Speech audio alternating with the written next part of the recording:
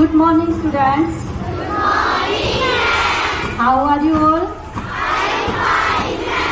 Well, I am Asa Sarma, your storyteller, and today I am going to tell you an interesting story, and the story name is The Ball and the Lamp.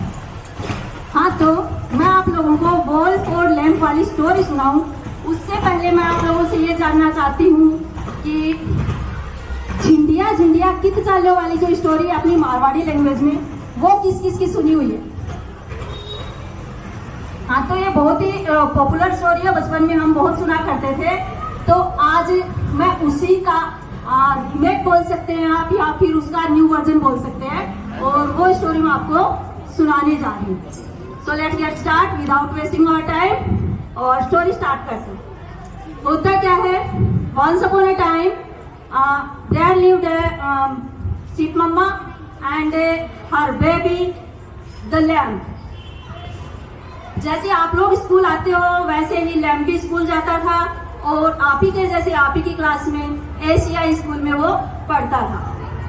जैसे वो school आया और office से विकास sir ने एक notice जारी किया, और जिसमें लिखा था there will be summer holiday.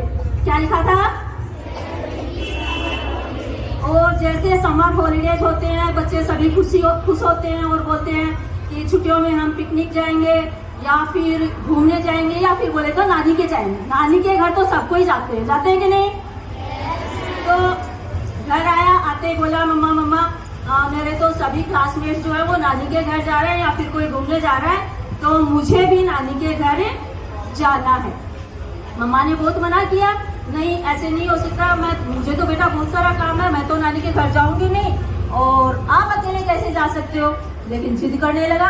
जिद करना अच्छी बात नहीं है, लेकिन नहीं माना, जिद करने लगा और बोला नहीं मुझे तो जाना है। आखिरकार मम्मा हार गई उसके आगे और बोली ठीक है जाओ, बट बहुत ही केयरफुली सावधानी से जाना। अब वो चल पड़ा नानी के घर, और जो नानी का घर था वो रास्ता जंगल से होते हुए जा रहा था। तो हुआ क्या, वो जंगल से होते हुए जा रहा था, चलते और अंधेरा हो गया, रात हो गई, और जंगली जानवर वहां पे साउंड आ रहा था उनका, जंगली जानवर दहाड़ रहे थे, और फिर वो मतलब मेरे जैसे ही कुछ कांपने लग गया था वो। तो होता क्या है, चलते रास्ते में उसको वोल्फ मिल गया। हवा चल रही थी, बहुत तेज आवाज आ रही थी हवा चलने की, सनन साए साए साए साए ऐसे, और वो जो हवा के जो साउंड थी उससे कुछ और भी ज्यादा वो भयभीत हो रहा था। फिर वो चलते आगे गया तो उसे रास्ते में सच में एक वोल्फ मिल गया। कौन मिल गया? वोल्फ मिल गया। अब वोल्फ देखते ही उसको बोलता है I am very hangry, I will eat you, मैं तुम्हें खाऊंगा। लेकिन वो रिक्वेस्ट करने लगा, नहीं अभी तो मैं देखो छोटा सा हूँ, नन्हा सा हूँ, और आप मेरे को खाओगे तो फिर मैं तो इतना सा ही हूँ, मैं तो आपके एक दांत के चिपक जाऊंगा। तो मैं नानी के घर जा रहा हूँ, मेरे नानी के घर जब जाऊंगा नानी मुझे चूरमा खिलाएगी, अच्छे मिठाइयाँ अच्छी खिलाएगी। उसके बाद जब मैं आऊंगा नानी के घर से तो मैं मोटा होके आऊंगा, और तब जब मैं आऊंगा तो आपका पेट भी भर जाएगा। फिर वोल्फ ने सोचा बात तो सही कह रहा है छोटा, लेकिन बात अच्छी कर रहा है, सही बोल रहा है, सच में ये तो छोटा सा है, मैं इसको खा के क्या करूंगा, मेरे तो एक दांत के चिपक जाएगा सच में ये। फिर वो चला गया, बोल ठीक है जब तू आए मैं तेरा इसी रास्ते से आना, और मैं तेरा यहीं पे बैठ के वेट करूंगा। अब गया वो नानी के घर, जैसे आप लोग जाते हो, नानी सबको अच्छा खाना खिलाती है, दही रोटियां, हम बाजरे की रोटी खाते हैं ना, और मारवाड़ी में बोलते हैं दही रोटियां। वो नानी ने उसे दही रोटियां खिलाया, चूरमा खिलाया, कटक चूरमा जिसको बोलते हैं वो खिलाया। अब समर वेकेशन की उसकी पूरी होने वाली थी, और बोला नानी अब मेरी स्कूल खुलने वाली है, वापस मुझे तो घर जाना पड़ेगा, नहीं तो विकास सर डांटेंगे, मेरे क्लास टीचर्स हैं वो भी डांटेंगे, तो मुझे जाना है।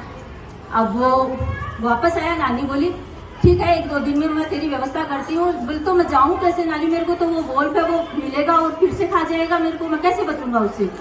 तो बोली ये चिंता तू मेरे ऊपर छोड़, तू खा मजे से आराम कर, और तेरे जाने की व्यवस्था मैं कर दूँ। अब नानी ने कुछ जुगाड़ लगाया, सोची क्या करूँ मैं इसकी, कैसे व्यवस्था करूँ।